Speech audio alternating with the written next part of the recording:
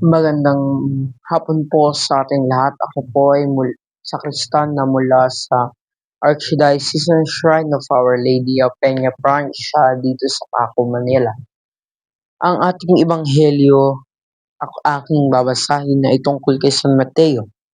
Ang mabuting balita ng Panginoon ayon kay San Mateo. Papuri sa iyo, Panginoon.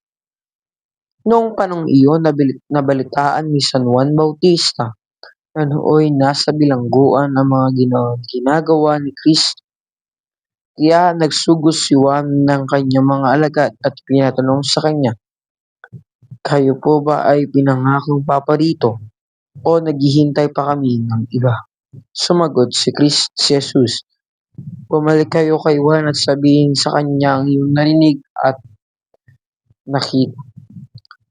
Nakakita ng mga bulag, naglalakad ang mga pilay, gumaling ang mga ketoning, nakarinig ang mga bingi, muli nabuhay ang mga patay, at pinapangaral ang mga dukha, mabuting balita. Mapalad ang mga taong hindi nangahalala sa akin." Pag-alis ng mga alagad ni Juan, nagsalita si Jesus sa mga tao tungkol kay Juan. "Bakit kayo lumabas sa ilang? Ano ang ibig ninyong makita? Isa bang tambo na inuugoy ng hangin? Ano ba ang ibig ninyong makita? Isang taong may maringal na kautunan? Ang mga nakadarami na nahingal sa mga palasyo ay naghari. Ano nga ba ang ibig ninyong makita? Isang propeta? Oo, sinabi sa inyo, hindi pa sa propeta, sapagkat si Juan ay tumutukoy sa kasulatan. Narito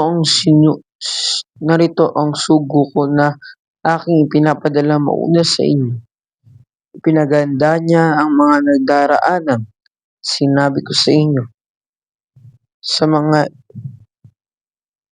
isinilang, wala pang lumilitaw na higit na dakila kay Juan Bautista, ngunit ay pinakakaba sa mga taong pinagharian ng Diyos at dakila kaysa sa Kanya. Ang mabuting balita ng ating Panginoon, pinupuri ka namin, Panginoong Jesucristo. Maraming salamat po sa pakinig ng mabuting balita.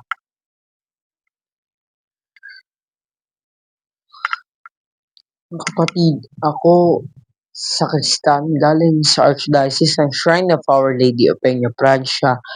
Sa ikatatlong araw ng Adviento ay tinatawag din nating Gaudete Sunday. Ang Gaudete Sunday ay ikatatlong linggo ng Adviento sa simbahang Katolika. Ano ang kahulugan ng Gaudete? Ang salitang Gaudete ay galing sa salitang Latin na ibig sabihin ay magalak. Hango ito sa linya ng entrance antiphon, Gaudete de Domino Semper.